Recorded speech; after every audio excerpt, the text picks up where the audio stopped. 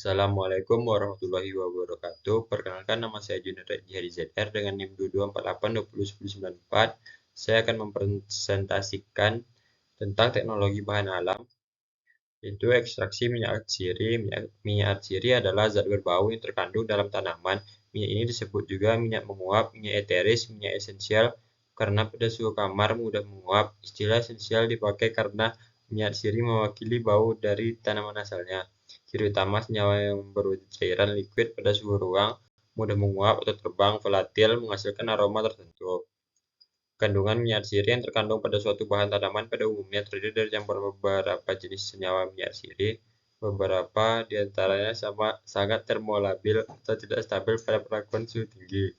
Metode 1, destilasi air, destilasi uap air, destilasi uap, 2 press, 3 pelarut organik, 4 enfluorasi, 5 macerasi lemak panas.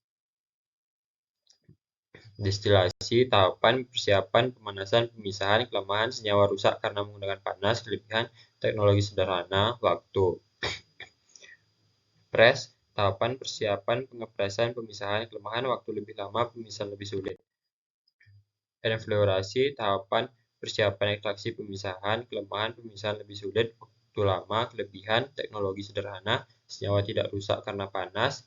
Pelarut organik, tahapan, persiapan, ekstraksi, pemisahan, kelemahan, pemisahan lebih sulit, teknologi mahal, kelebihan, waktu cepat, senyawa tidak rusak. Macerasi lemak panas, tahapan, persiapan, ekstraksi, pemisahan, kelemahan, ESM, pemisahan lebih sulit, waktu lama, senyawa rusak karena panas, kelebihan, teknologi sederhana.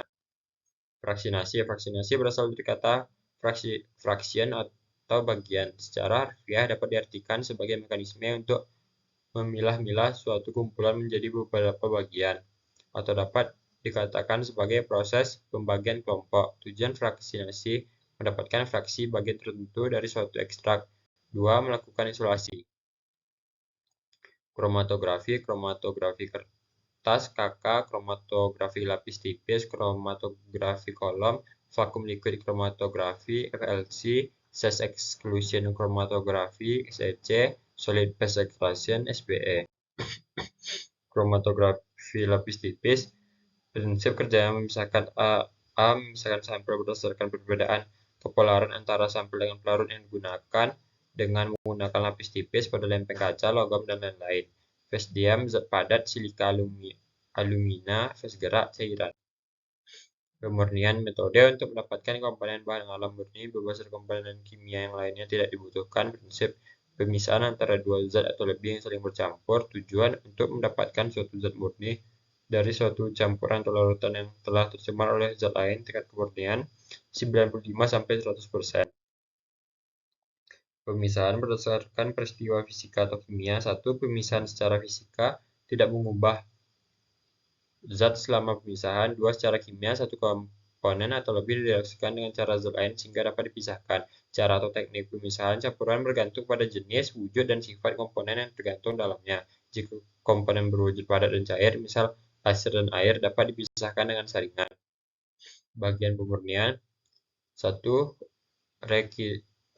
Rekristalisasi, proses pemurnian kembali senyawa organik padat dari bahan pengotornya dengan cara mengkristal kembali senyawa padat yang telah dilarutkan ke pelarut. Prinsip senyawa dilarutkan dengan pelarut yang dapat melarutkannya pada suhu tertentu. Ketika larutan jenuh berisi pelarut dengan suhu tinggi dan senyawa diberikan mendingin, kelarutan senyawa akan menurun sehingga membentuk kristal keluar dari larutan. 2.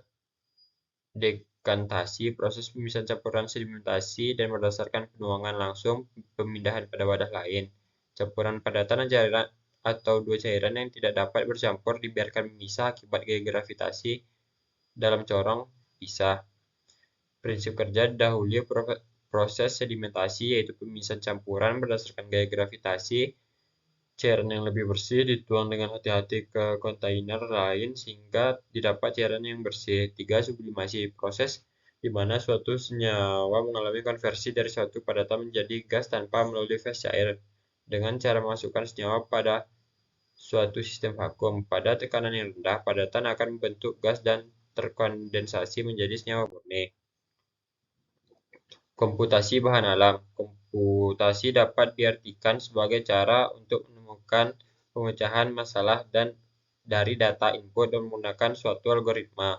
Hal ini ialah apa yang disebut dengan teori komputasi, suatu subbidang dari ilmu komputer dan matematika. Selama ribuan tahun, perhitungan komputasi umumnya dilakukan dengan menggunakan pena dan kertas atau kapur dan batu tulis atau dikerjakan secara mental, kadang-kadang dengan bantuan satu tabel. Namun sekarang kebanyakan komputasi telah dilakukan dengan menggunakan komputer. Sekian presentasi dari saya. Assalamualaikum warahmatullahi wabarakatuh.